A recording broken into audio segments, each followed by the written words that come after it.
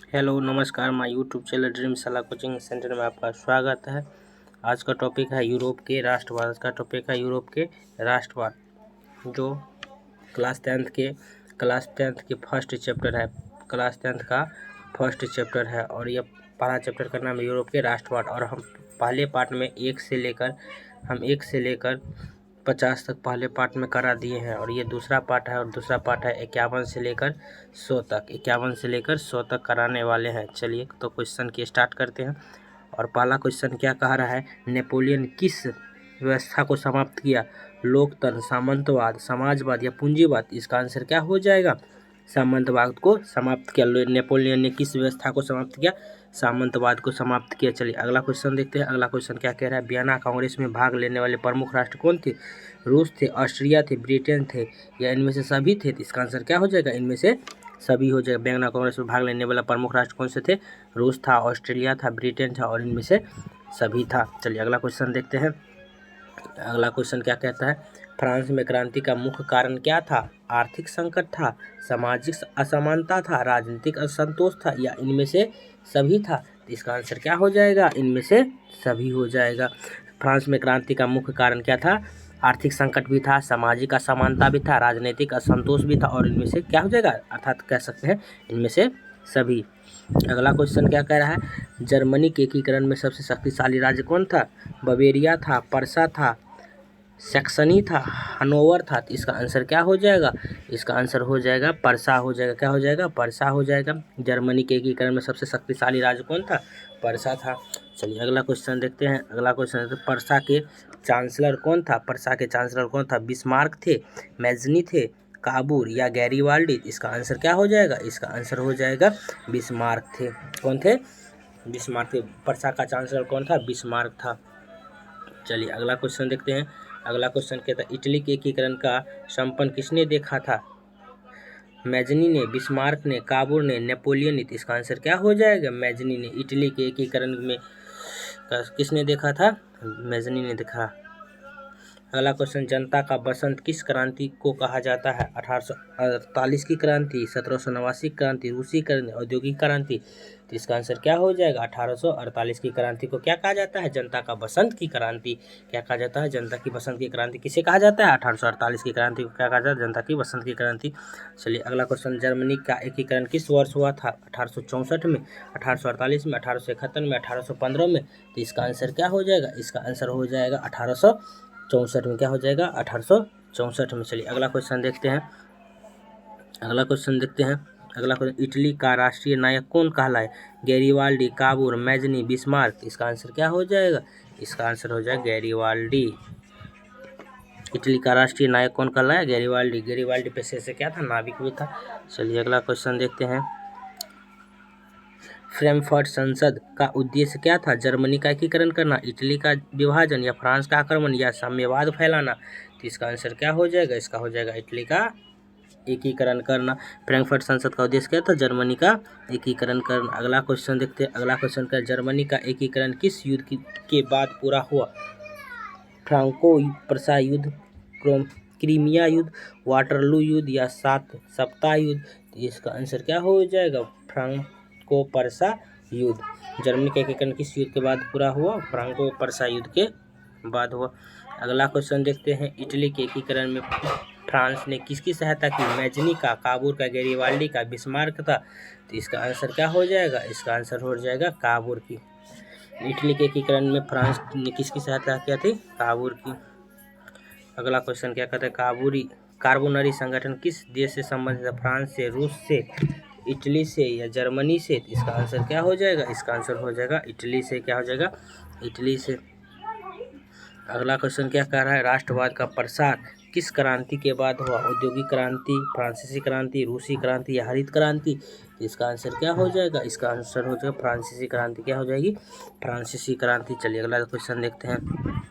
Germany रीति रिवाज और संस्कृति को बढ़ावा देने वाला कौन था? हर्डर था, मेटरनिक था, नेपोलियन था, काबूर था? तो इसका आंसर क्या हो जाएगा? इसका आंसर हो जाएगा हर्डर था। कौन था? हर्डर था। हंगरी का नेता कौन था? कोसुत था, मैजनी था, बिस्मार्क था, गैरीवाल्डी था? इसका आंसर क्या हो जाएगा? कोसुत था। क्या था? कोसुत था। चलिए अगला क्वेश्चन देखते हैं। अगला क्वेश्चन क्या कह रहा है। अगला क्वेश्चन का इटली का कौन सा भाग ऑस्ट्रिया के अधीन था? लोम्बार्डी, बेसिन, दोनों, रोम। तो इसका आंसर क्या हो जाएगा? इनमें से दोनों, लोम्बार्डी भी था और वेनिस भी था। चलिए अगला क्वेश्चन देखते हैं। जर्मनी के एकीकरण में कितने युद्ध हुए? 2, 3, 4, 5। इसका आंसर क्या हो जाएगा? इसका आंसर है 3 युद्ध हुआ था टोटल।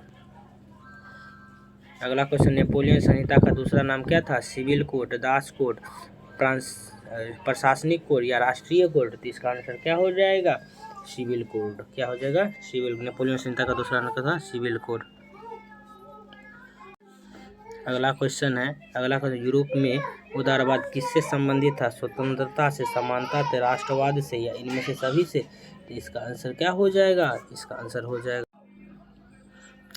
हो जाएगा इनमें से सभी। यूरोप का उदारवाद किससे संबंधित था? इनमें से सभी से। अगला क्वेश्चन कह रहा है, यंग यूरोप संगठन का उद्देश्य क्या था? राष्ट्रवाद फैलाना, राजतंत्र स्थापित करना, साम्यवाद लाना, उपनिषेधवाद फैलाना। तो इसका आंसर क्या हो जाएगा? इसका आंसर हो जाएगा राष्ट्रवाद फैलाना। क्या हो जाएगा? राष्ट्रवाद फैलाना। अगला कर, फ्रांस में लुई 16वां किस वंश का शासक था? बourbon वंश का, हब्सबर्ग वंश से या रोमानोव वंश से या ट्यूडर वंश से? तो इसका आंसर क्या हो जाएगा? इसका आंसर हो जाएगा बourbon वंश से था। फ्रांस लुई किस वंश से था?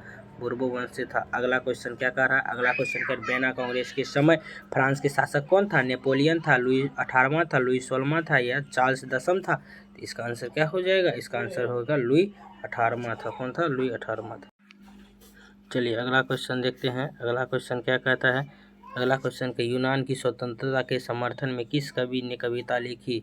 लॉर्ड बायरन, शेली या किट्स? इसका आंसर क्या हो जाएगा? इसका आंसर हो जाएगा लॉर्ड बायरन ने यूनान की स्वतंत्रता के समर्थन में कविता लिखी थी। जर्मनी। अगला क्वेश्चन क्या कहता है, जर्मनी के एकीकरण का विरोध कौन था? ऑस्ट्रिया था, फ्रांस था, रूस था, इटली था। इसका आंसर क्या हो जाएगा? इसका आंसर हो जाएगा ऑस्ट्रिया था। जर्मनी के एकीकरण का विरोध कौन किया था? ऑस्ट्रिया किया था। अगला क्वेश्चन क्या कर रहा है, इटली के एकीकरण किस वर्ष हुआ था? 1859 में, 1848 में, 1870, 1815 में। तो इसका आंसर क्या हो जाएगा? इसका आंसर 1859 में हो जाएगा। चलिए अगला क्वेश्चन देखते हैं। अगला क्वेश्चन क्या कहता है, यूरोप के राष्ट्रवाद का सबसे बड़ा परिणाम क्या था? राष्ट्र राज्यों का निर्माण था, राजतंत्र का स्थापना था, साम्यवाद है या सामंतवाद था? तो इसका आंसर क्या है? राष्ट्र राज्यों का निर्माण था। क्या हो? राष्ट्र राज्यों का निर्माण था। अगला क्वेश्चन, फ्रांस की क्रांति से पहले समाज कितने वर्गों में बांटा था? 2 में, 3 में, 4 में, 5 में। तो इसका आंसर क्या हो जाएगा? इसका आंसर हो जाएगा 3 में। कितने में बांटा गया था? 3 में।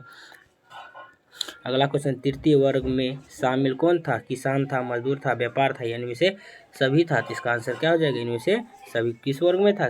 तृतीय वर्ग में। कौन कौन था? किसान था, मजदूर था, व्यापार था। अगला क्वेश्चन क्या कह रहा है। अगला क्वेश्चन, नेपोलियन ने किस द्वीप पर अंतिम समय बिताया? सेंट हेलेना पर, सिसिली पर, एल्मा पर या माल्टा पर? तो इसका आंसर क्या हो जाएगा? इसका आंसर है सेंट हेलेना पर। कहाँ पे? सेंट हेलेना पर। अगला क्वेश्चन का, राष्ट्रवाद की भावना सबसे अधिक किस वर्ग में था? मध्य वर्ग में थी, किसान वर्ग में थी, मजदूर वर्ग में, दास वर्ग में? तो इसका आंसर क्या हो जाएगा? इसका आंसर हो जाएगा मध्य वर्ग में। राष्ट्रवाद की भावना सबसे अधिक किस वर्ग में था? मध्य वर्ग में था।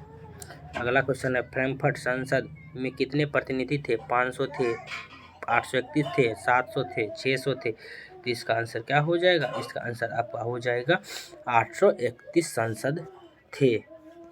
अगला क्वेश्चन कहते हैं, जर्मन साम्राज्य की स्थापना कब हुई थी? 1871 में हुई थी, 1861 में हुई थी, 1848 में, 1815 में? तो इसका आंसर क्या हो जाएगा? 1871 में हुआ था।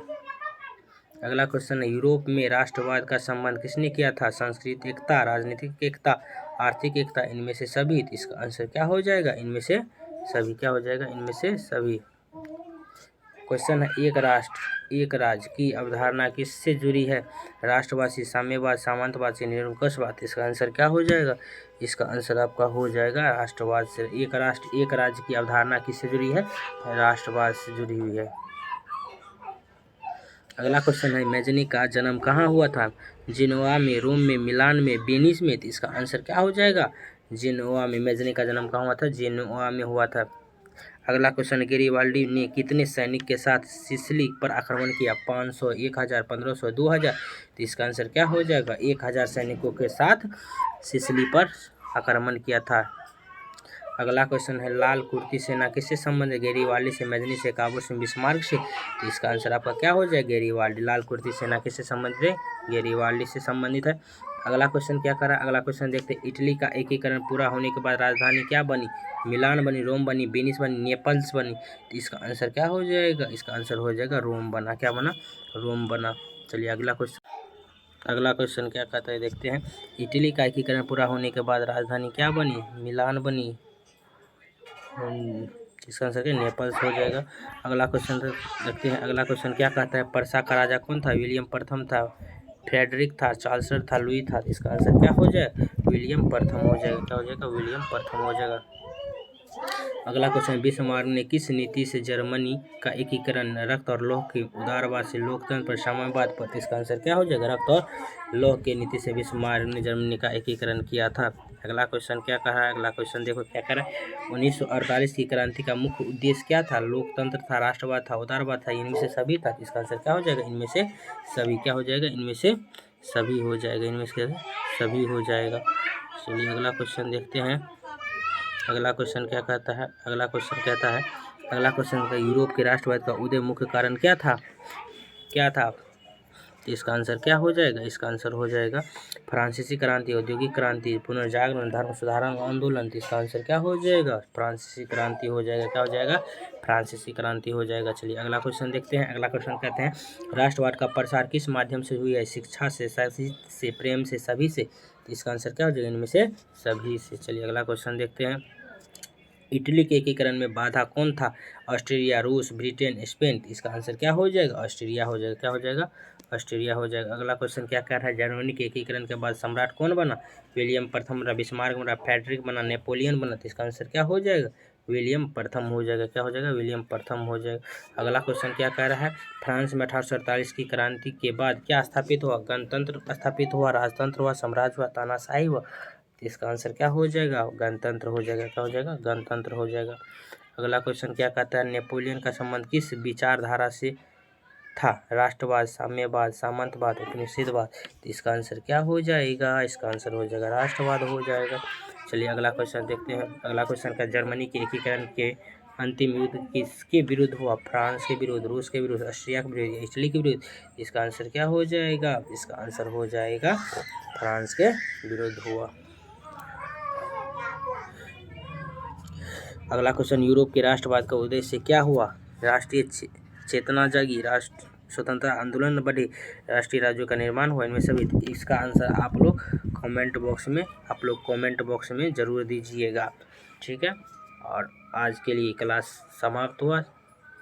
अगला पार्ट आप लोग को अपलोड बहुत जल्द कर देते हैं, और आप लोग वहां से देख लीजिएगा और चैनल सब्सक्राइब कर लीजिएगा, ताकि आप लोग को बराबर वीडियो मेरा मिलते रहे। और इस क्लास को पूरा के अगर देखने में अच्छा लगा हो तो एक कमेंट और एक लाइक ज़रूर करके जाइएगा। धन्यवाद।